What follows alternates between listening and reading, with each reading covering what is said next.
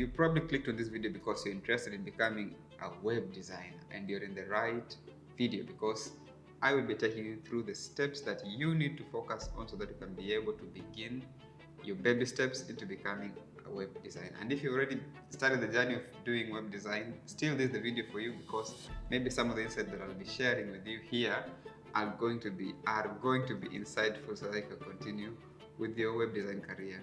So first things first, what's a web designer? A web designer is a creative person who has the visual aspects of how a product or a service or an institution is supposed to be displayed in the internet. So they come up with the design, the visual aspect. We use applications like Figma, Adobe XD to design that, Sketch to do that design.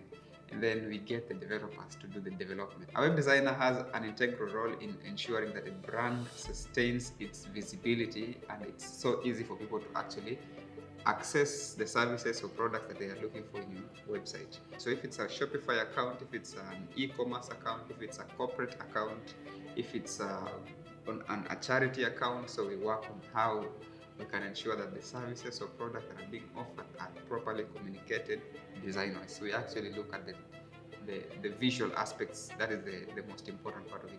And then you have the other guys who are the technical guys, the web developers. They actually do the coding, and then they provide that particular package that you can also. So it's good, it's an added advantage if you actually learn both web design and web development. It's, you become a full stack developer. You can be able to work on any project that is required by a client.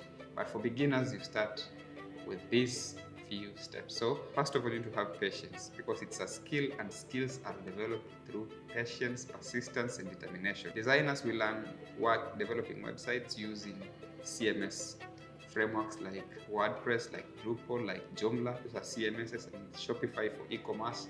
So you need to dedicate time to learn each CMS depending on the demand that clients you're trying to approach, because you also have an objective. You cannot just learn everything and master nothing. So you have to master at least a skill in one of those CMSs. Like, for example, if you were to learn more about WordPress, and you can be, WordPress is widely used. A lot of people use WordPress. Even government institutions, they use WordPress, right? So learn WordPress, learn everything that is there in WordPress, at least everything, so that you can be able to sharpen your skills. If you get any client who wants a news website, you can build them. If they want a charity website, you can build them.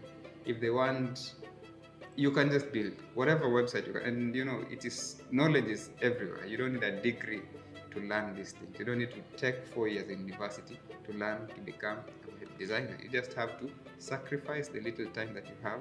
It takes you actually a minimum of 3 months. 3 months, and you'll be able to master these skills. You will learn how to build websites using CMSs like Drupal, WordPress. All those CMSs are out there. Just make a dedicated, objective decision that you can be able to focus your time in learning.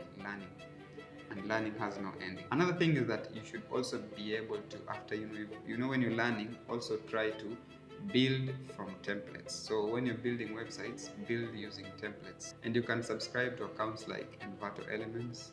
You can buy themes from Theme Forest, or you can as well just go to wordpress.org, and then you can be able to build websites there with free themes. Practice purposes, right? Practice makes perfect. So you can be able to learn. The more you do it, the more you actually master the skills of working with categories, posts, plugins, and now you can advance your skills to the next level, right? So the next thing is, now, after you've already learned how to build websites using these CMSs, you can now build a portfolio. Build a portfolio and put it online. Especially, you can, this time when you're looking for clients, they would also want to know what you've done before. You've not gotten any experience building website for other people, right? But if you have your own portfolio, you can actually buy a hosting and a domain with your own name, and then put your designs there. If you have a domain, you can create multiple subdomains, and then you can create different type of themes and websites in them, so that you can be able to show clients that this is what I've already done before, and they can trust you. Yes, you've not done for somebody or a company or a business. These are just your own template that you've already done, and they are actually in your own server, so you can be able to show them as your own portfolio.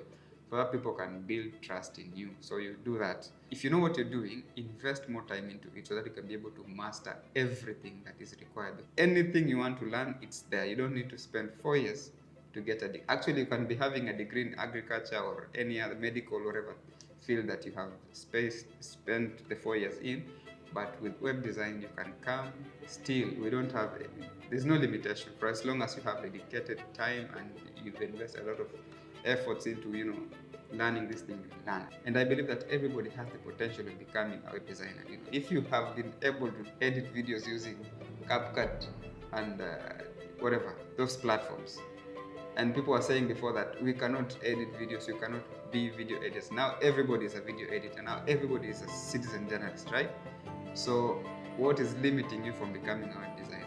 Why are you still, you can just do that. There's an opportunity that you can actually dedicate yourself and learn. Another thing is that you need to watch more tutorials. Dedicate your time into watching tutorials that other people have created, because that is how you build experience from learning from other people. So resources are out there. You can be able to learn from what other people are doing. You can be able to, by watching tutorials, and actually engage in them on Stack forums. So you can be able to go to Stack forums and then you can ask any question. You can see how people are responding to you. Just go to those forums and then see how people are actually solving technical questions, and you can be able to actually up your game in IT and web design. I believe this video has been insightful to you and you've learned something new from this short video, and I look forward to seeing you in the next video.